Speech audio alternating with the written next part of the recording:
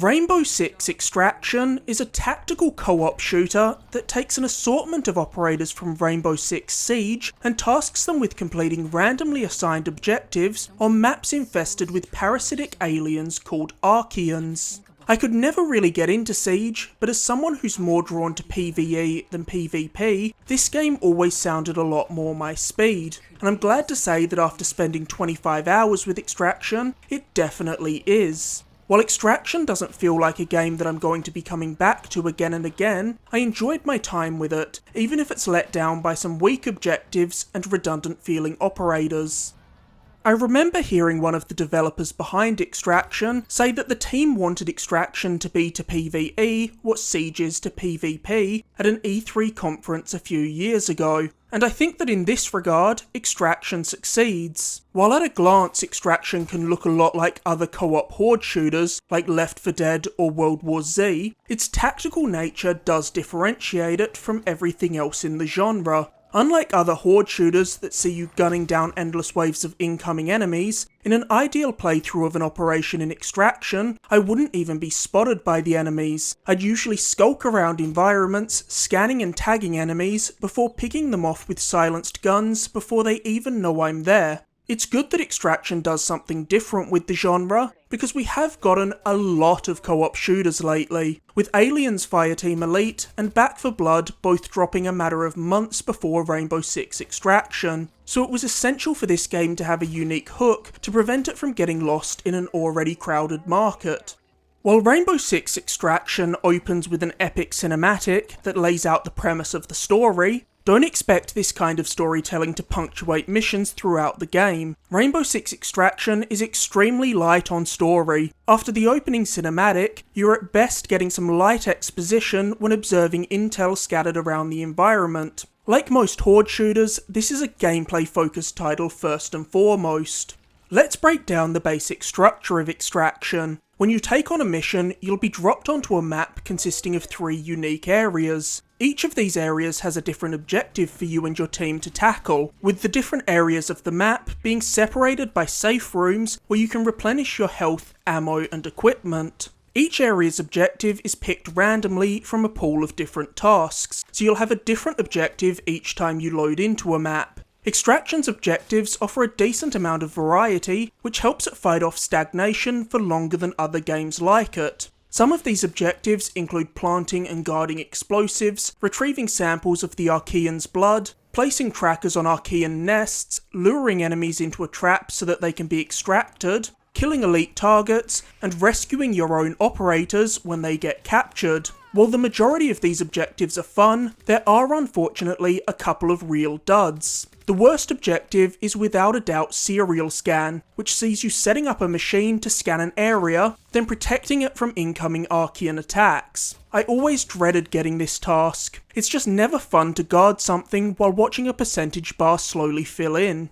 The way you tackle objectives can range from complete stealth to a guns blazing approach, and thanks to the safe rooms offering a distinct divide between sections of the map, you can even alternate your playstyle multiple times within a single mission. Impressively, Extraction feels good to play no matter how you choose to approach missions. The gunplay feels great, and its assortment of gizmos and gadgets keeps stealth fun and engaging.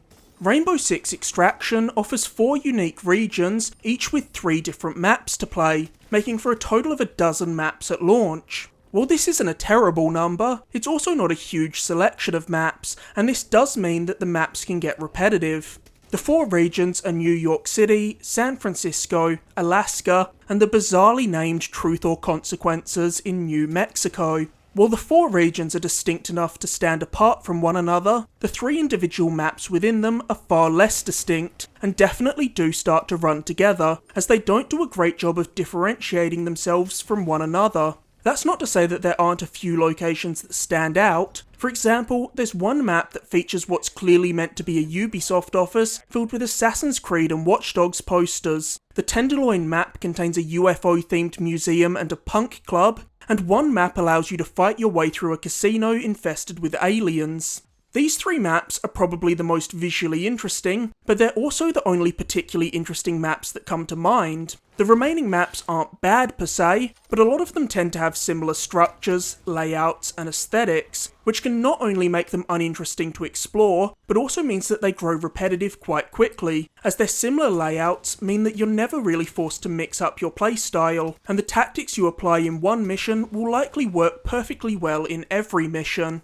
While the maps can lack variety, the same complaint can't be levelled at Extraction's roster of operators. Extraction launched with 18 playable characters, and while this is a modest offering compared to the 63 playable operators found in Siege, it's still a solid foundation that offers enough variety that everyone should be able to find at least a few characters that they enjoy playing as.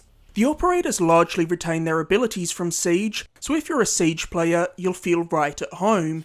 Operators can be kitted out with a variety of different weapons, gear, and tech, so they can be customised in a way that best suits your style of play. There's different gear specifically suited for recon, combat, and self-preservation. There's recon drones to scan and tag enemies, explosives that can either stun or kill Archeans, and even armour and self-revive kits, which come in clutch when playing solo. You'll also always have a light attached to your gun that lets you see through walls, so you can scope out a room and check for enemies before entering, rather than just charging in haphazardly. The environments are also littered with destructible walls, so you can even pick off enemies through walls with a well-placed headshot, and avoid a full-blown fight altogether.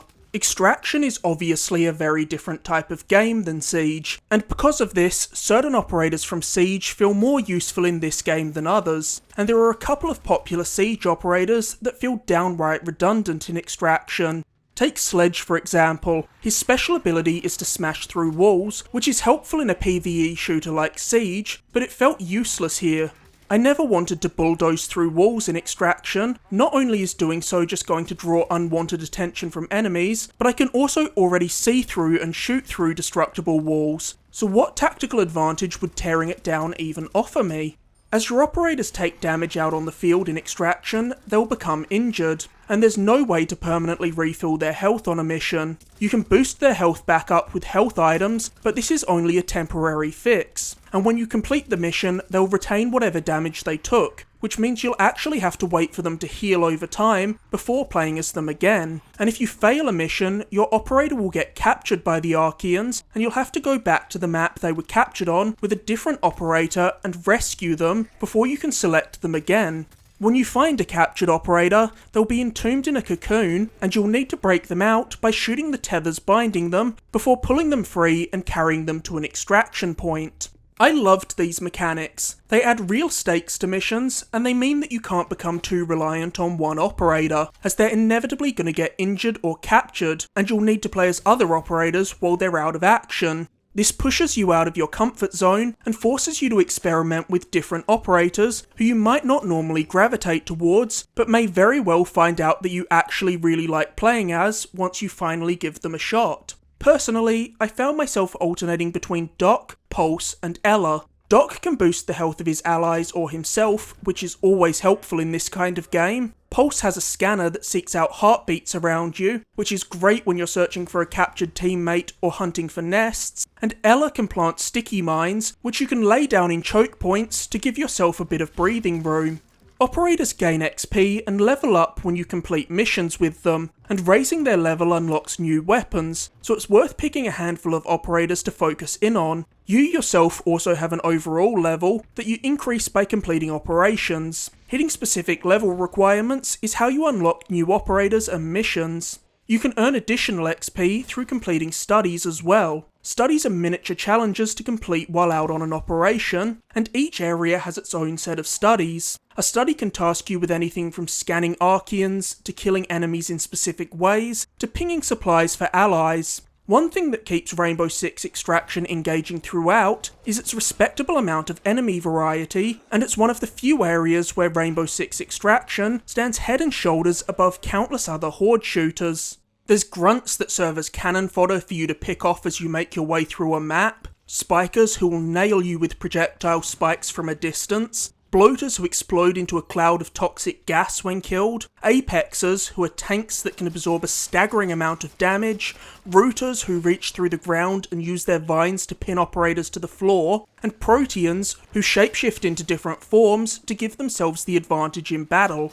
The different types of Archeans all have unique abilities and behaviours, so you'll need to pay attention to what types of Archeans you'll be facing off against before storming into a room, so you can determine the best strategy for the given situation. If you're looking at a room full of only grunts that can be killed with one well-timed shot, you'll likely want to just use a silenced pistol or rifle to pick them off one by one. But if you peer into a room and find an apex, you might want to throw caution to the wind, charge in, and pump it full of shotgun shells while you still have the element of surprise. All the different Archeans are fun to fight, and the way maps mix up the groupings of Archeans allows for a lot of interesting encounters. Portions of Extraction's maps are coated in a substance called the sprawl. This black goo that the Archeans produce slows you and your teammates' movement speed down drastically when you walk through it. Unfortunately, it also has the opposite effect on Archeans. When they're in the sprawl, it makes them faster and therefore more dangerous, so you'll need to be especially cautious when approaching areas coated by the sprawl.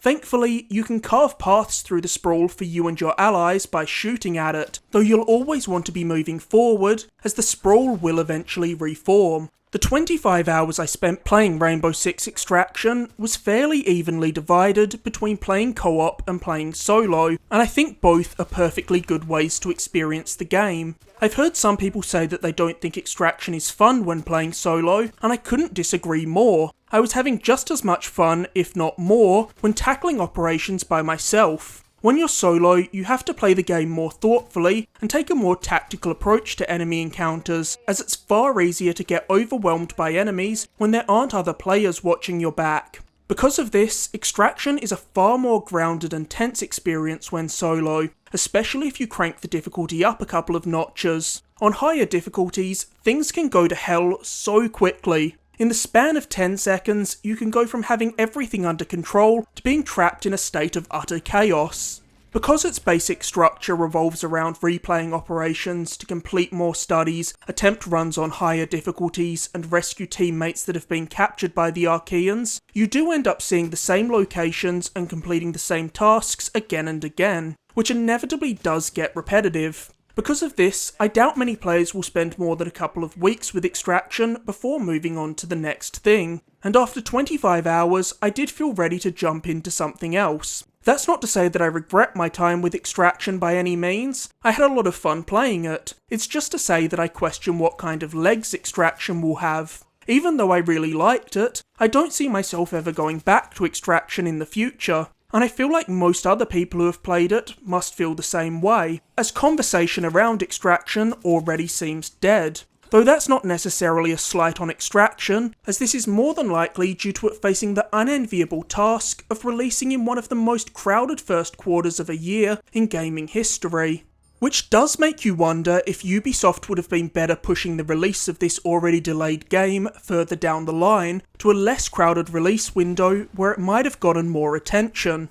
While Rainbow Six Extraction is sometimes let down by a couple of dull objectives and a handful of operators that don't really fit this style of game, I still largely enjoyed my time with it. Extraction's gunplay is rock solid, I love the way that your operators getting captured adds real stakes to missions, and its tactical mechanics add some unique flair to the overly crowded horde shooter genre. I just fear that it won't maintain a player base for very long.